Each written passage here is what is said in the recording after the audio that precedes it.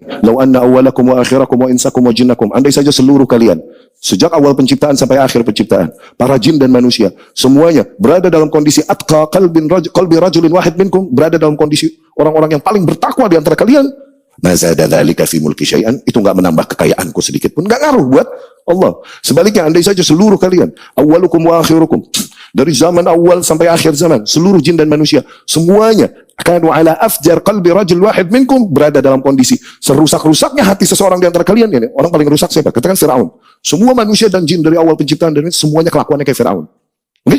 Mana qasa dzalika min mulki syai'in, itu enggak mengurangi kekayaanku sedikit pun. Allah enggak butuh dan enggak ngaruh ibadah kita. Kenapa kita disuruh ibadah? Kenapa kita disuruh ibadah kalau gitu? Kenapa kita disuruh ibadah? Ibadah ini yang puluhan tahun telah kita lakukan dalam masa hidup kita. Pernahkah kita tanyakan pada diri kita such a question? Pertanyaan tersebut, kenapa kita beribadah? Kan Allah nggak butuh. Maka jawaban, di antara jawaban yang diberikan para ulama rahimahumullah, ahya'an wa amwatan, adalah yang pertama, itu hak Allah. Mau ngaruh mau enggak, itu haknya. Hak Allah berarti kewajiban siapa?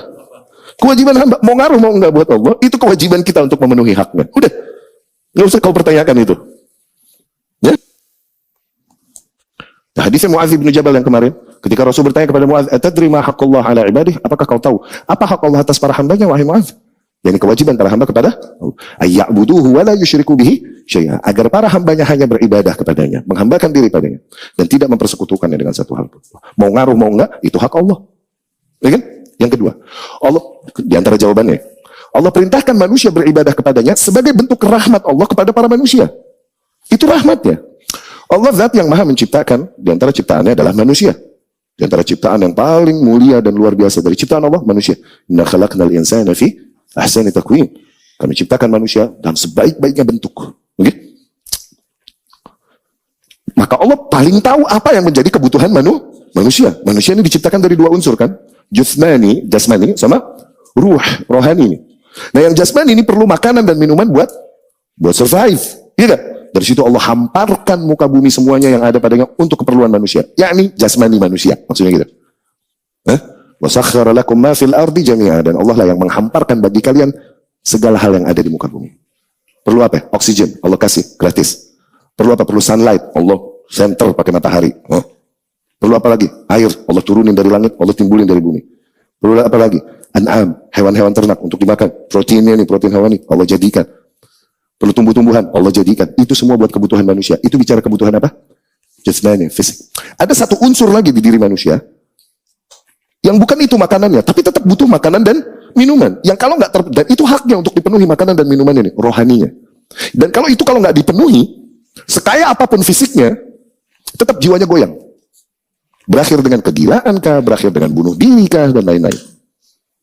Kenapa? Ada satu unsur di dalam dirinya yang berontak menuntut haknya. Apa? Jiwa, ruh, spirit. Tapi dia gaib. Manusia nggak tahu apa nih makanan dan minumannya apa. Nah, itu rahmat Allah, suruh ibadah. Itu makanan bagi jiwa. Ala bizikrillahi tatmainnul qulub. Ketahuilah bahwa hanya dengan berzikir kepada Allah dalam semua bentuknya. Zikir ini mengingat Allah. Salat ya zikir, amar ma'ruf ya zikir, nahi munkar ya zikir. Kalian nih menuntut ilmu, ini zikir. Di antara bentuk berzikir kepada Allah Subhanahu wa ta'ala. Semua bentuk ibadah ini, okay? Hanya dengan itu jiwa-jiwa manusia menjadi tenang, hati manusia tatmain, calms. Jadi steady. Ya? Seseorang yang dia memiliki seluruh kekayaan yang ada di muka bumi, tapi unsur situ yang nggak terpenuhi, kita banyak lihat kan? Kok berakhir dengan kegilaan, kok berakhir dengan suicidal, bunuh diri dan lain-lain. Kenapa? Ada unsur di jiwanya yang berontak. Az-zujajah, botol. Illam tamla'hul ma mala'athal hawa. Apabila kau tak isi dengan air, otomatis botol tersebut akan terisi hawa, udara. Nggak usah kau sengaja cari udara, nggak, udah. Ente nggak isi air aja, ente kosongin. Otomatis udara mah. Nah, demikian jiwa. Ente nggak isi zikir, wirid, nggak isi salat, nggak kau isi dengan itu jiwamu, otomatis hawa nafsu yang akan mengisi jiwamu. Sehingga itu yang menjadi Tuhan yang kau sembah selain Allah Subhanahu wa ta'ala. Itu yang kau perjuangkan demi menuruti itu, menuruti hawa nafsu. Allah berfirman, "Afara'aita man ittakhadha ilahahu hawa." Tidakkah kau lihat mereka yang menjadikan their own desire as their God. Desire-nya, hawa nafsunya sebagai Tuhan yang mereka sembah. Tuh. Karena itu lebih dia perjuangkan daripada apa yang Allah tuntut dan perintahkan padanya. Ma'adzallah. Jadi zikir demikian untuk mengisi posisi tersebut penting dan sangat mendasar kebutuhannya bagi jiwa manusia untuk steadiness, untuk stabilitas jiwa manusia. Ya.